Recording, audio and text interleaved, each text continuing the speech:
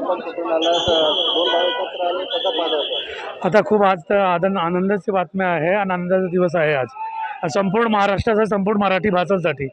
आणि जसं साहेबांनी सांगितलं, मतलब राज साहेब आणि एकत्र आणि उद्धव साहेब हे तर एकत्र होतच ही.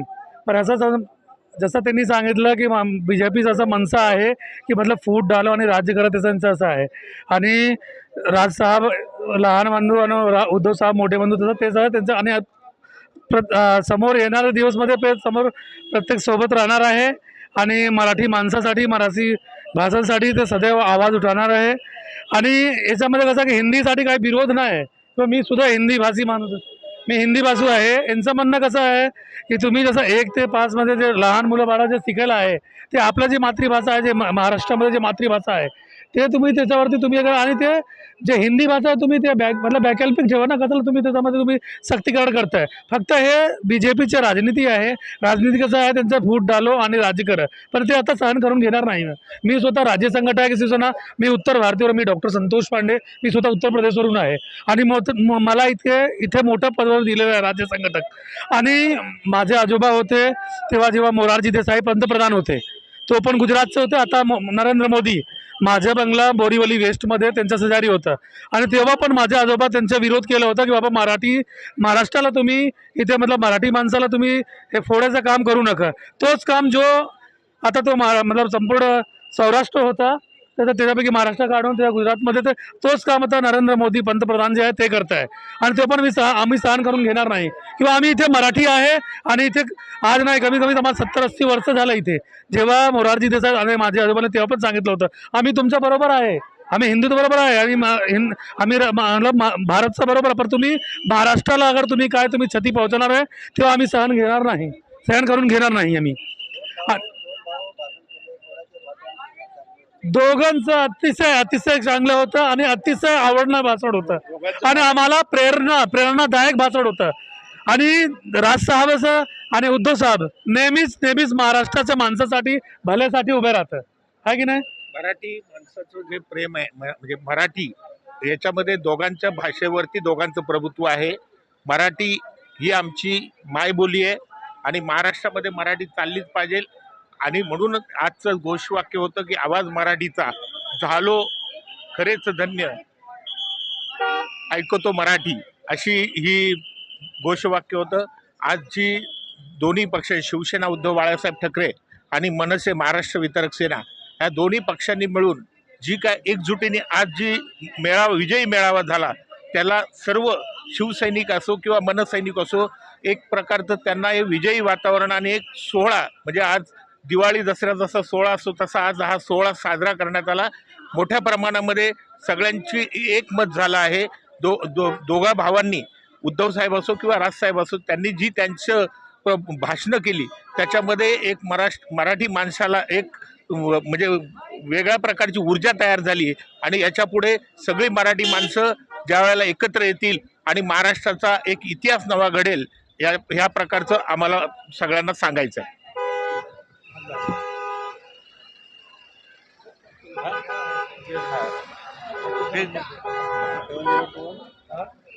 मॅडम, आपले नाव सांगा, आपण कुठून आलात, कसा पाहता आपण? मी मुंबई महानगरपालिकेची माजी नगरसेविका समीक्षा सकरे, वॉर्ड क्रमांक 135. परत ज्या दिवसाची आम्ही वाट इतक्या वर्ष पाहत होतो, गेले 20 वर्ष, तो आज आनंदाचा दिवस आमच्यासाठी, सगळ्या शिवसैनिकांसाठी आहे. नाही, ते आम्ही नाही, दोघांचंही भाषण त्यात विषय त्यांनी घेतले होते. दोघांनी ते चांगले विषय होते, जे आमच्या मराठी माणसांपर्यंत, आमच्या शिवसैनिकांपर्यंत, आमच्या मनसे शिवसैनिकांकडे, शिवसैनिकांच्या प्रति ते पोचलेत.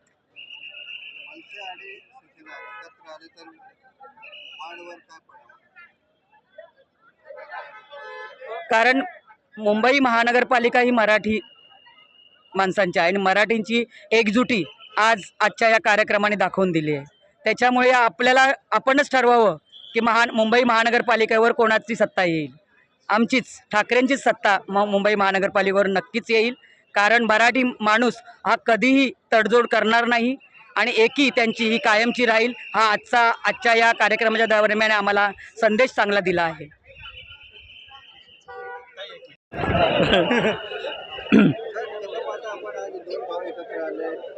आज खरं तर विजयी मेळावा होता. जी हिंदी सक्ती एका प्रकारे करण्यात आली होती, त्याच्यानंतर जो GR सरकारने रद्द करायला आम्ही भाग पाडलं, त्याच्यानंतर आजचा विजयी मेळावा होता. या विजयी मेळाव्यामध्ये राजसाहेब आणि उद्धवसाहेब एकत्र 20 वर्षानंतर आपल्याला सगळ्यांना बघायला मिळालं. त्यांना पुढे याचं काय होतं, कसं एकत्रितपणे आम्ही पुढे काम करतो हे खरं बघण्यासारखं असेल. तर आनंद आहे दोघं एकत्र आले त्याचा. असं म्हणता येत नाही की राजसाहेबांचं आणि उद्धवसाहेब दोघांची भाषणं चांगली झाली. अर्थात मराठीसाठीच आलो होतो.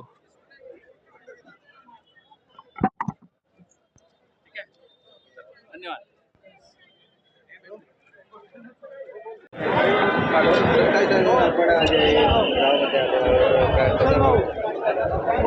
बोला, काय बोलता?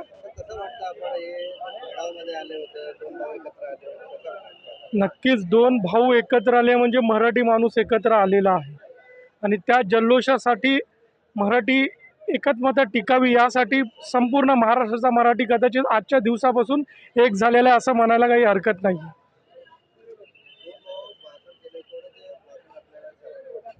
नाही, असं नाही दोघांनी काय वेगवेगळं भाषण केलं, दोघांनीही मराठीसाठी भाषण केलं आहे.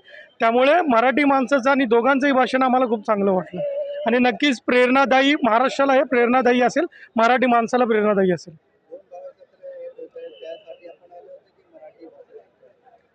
आम्ही हे खरं तर दोघे भाऊ मराठीसाठी एकत्र आलेत. इथला कुठला माणूस कुणा एकासाठी आलेला नाही आहे, हा मराठी माणसासाठी एकवट झालेला आहे आणि पुढच्या भविष्यामध्ये मराठी माणूस एकत्र व्हावे म्हणून हे दोन भाऊ एकत्र आलेले आहेत.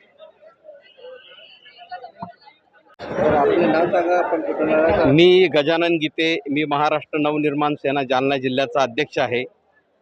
मी खास करून या आज पक्षभेद विसरून एक मराठी माणूस या ठिकाणी मी म्हणून या कार्यक्रमाला आलेलो आहे. कारण बंधू मला एवढंच या संदेश या ठिकाणी द्यायचा आपल्याला की 750 वर्षे झाले मुक्ताईचा ज्ञाना आजही संजीवनपणे जिवंत आहे आणि तो आज या मराठी माणसाच्या माध्यमातून या मुंबईमध्ये एकवटला. मराठीच्या विरोधात जर कोणी काही षडयंत्र रचला तर त्याला हा मराठी माणूस उधळून लावू शकतो, एवढी ही शक्ती या मराठी माणसात आहे.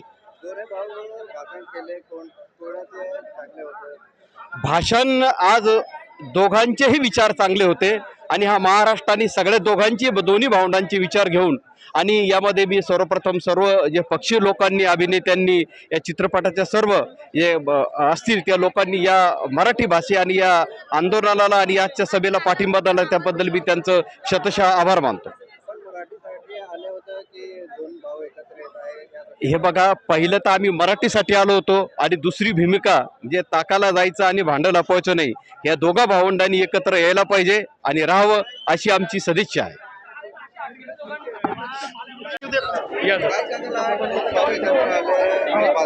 मराठी माणसाच्या अस्मितेसाठी आणि मराठी माणसाच्या प्रतिष्ठेसाठी खूप मोठी आनंदाची गोष्ट आहे.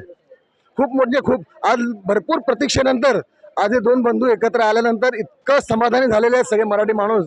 त्यांना आता आशेचं किरण वाटतंय की आज आपला महाराष्ट्र ह्या आपल्या म्हणजे महाराष्ट्रावरती ज्याने वाईट नजरेने ते बघितलेलं आहे, वाईट दृष्टिकोनातून ज्याने जे आपल्या महाराष्ट्रावरती नजर ठेवलेली आहे, मुंबईवरती नजर ठेवलेली आहे, अशा लोकांना त्यांना दहशत निर्माण झालेली आहे की आज हे मोठे दोघे भाऊ एकत्र आल्यानंतर आज आपला हा महाराष्ट्र, आज आपली मुंबई ह्या ज्या जे देशद्रोहींपासून मुक्त होणार असं त्यांच्या प्रत्येकाने आशेचा आणि प्रत्येक जण आशेच्या किरणाने बघतोय की आज ठाकरे बंधू एकत्र आल्यानंतर आज मराठी माणसाच्या, मराठी अस्मितेचा मोठा विजय झालेला आहे आणि आज ह्यापासून ही सुरुवात आहे आपल्या ह्या मोठ्या विजयाची. दोघांचंही भाषण अप्रतिम होतं, त्याच्याबद्दल वादच नाही. त्याच्याबद्दल अप्रतिम होतं आणि वादच नाही. आणि दोघांच्या भाषणामध्ये जो करारेपणा होता, मराठी माणसांबद्दल जो काय आस्था होती, मराठी माणसाला जी काय आम्हाला जी अपेक्षा होती त्यांनी जे मार्गदर्शन केलं खूप चांगलं केलेलं आहे, खूप चांगलं केलं. आम्हाला खूप आवडलं आहे. बघा, जे मराठी द्वेष्टी आहेत जे हिंदी सक्ती जी करत होते त्यांच्यासाठी ही मराठी माणसांचा मराठी माणसांतर्फे ही चपराक आहे आणि हा आमचा मराठी माणसांचा आज आनंद उत्सव आम्ही लोकांनी साजरा केला आहे. कसं पाहता भाऊचे भाषण आपण? दोन्ही दोघांचं भाषण चांगलं झालं, एकदम जबरदस्त भाषण झालं दोघांचं. चांगलं आम्हाला मराठी जनांना चांगलं त्यांनी मार्गदर्शन केलं. काय सांगाल आपण, हा दोन भाऊ एकत्र आले? आज हे सगळ्या म्हणजे महाराष्ट्राची इच्छा होती की हे दोन भाऊ एकत्र आले पाहिजे. खास म्हणजे मराठी माणसासाठी, ज्या मराठी माणसासाठी आता आपल्याला महाराष्ट्राला देशाला गरज आहे, म्हणून उद्धव साहेब आणि राज साहेब हे एकत्र आज आले. हा ऐतिहासिक क्षण आहे म्हणजे सर्व मराठी माणसांसाठी आणि मराठी माणसांच्या न्याय हक्कासाठी. दुसरं तिसरं म्हणजे कोणीच हे करणार नाही. ही दोन व्यक्ती जे आहेत तेच मराठी माणसाला न्याय देऊ शकतायत. दोन भाऊचे भाषण ऐकलं, कोणाचे भाषण चांगलं? दोघांचंही चांगलं होतं, अप्रतिम होतं दोघांचंही. बघा, आजचा दिवस हा सोनियाचा दिवस आहे आणि जसं चिखल पाण्याला सोडत नाही तसे भाऊ कधीच भावाला सोडणार नाही. ही महाराष्ट्राची आणि ह्या मायभूमीची आपल्या महाराष्ट्राची मायभूमीची ही शान आहे. कितीही वाईट संकट आली, कितीही वादळ आला तरी सुद्धा भावाच्या पाठीमागे भाऊ हा खंबीरपणे उभाच राहतो. तो कधीच गद्दारी करत नाही आणि सक्का भाऊ कधीच पाठीत सुरा खुपसत नाही. हे यातून आता इतरांनी शिकावं आणि पुन्हा मराठीसाठी एकत्र येऊन जे काही गेलेले असतील त्यांनी मराठीसाठी आपल्या मायभूमीसाठी आईसाठी एकत्र व्हावं. ज्या आईची मुलं जमिनीचा वाटा हिस्सा करता येतो, प्रॉपर्टीचा वाटा हिस्सा करता येतो, तसं ज्याला ज्ञान आहे, जो चाणक्य बुद्धीचा आहे, तो एकत्र आल्याशिवाय राहणार नाही. हे इतर जनतेनेही शिकावं आणि आपल्या आईसाठी एकत्र आज दोन्ही भाऊ आलेत, याबद्दल आमचा त्यांना सॅल्यूट. ही बाळासाहेबांची शिकवण आहे शेवटी.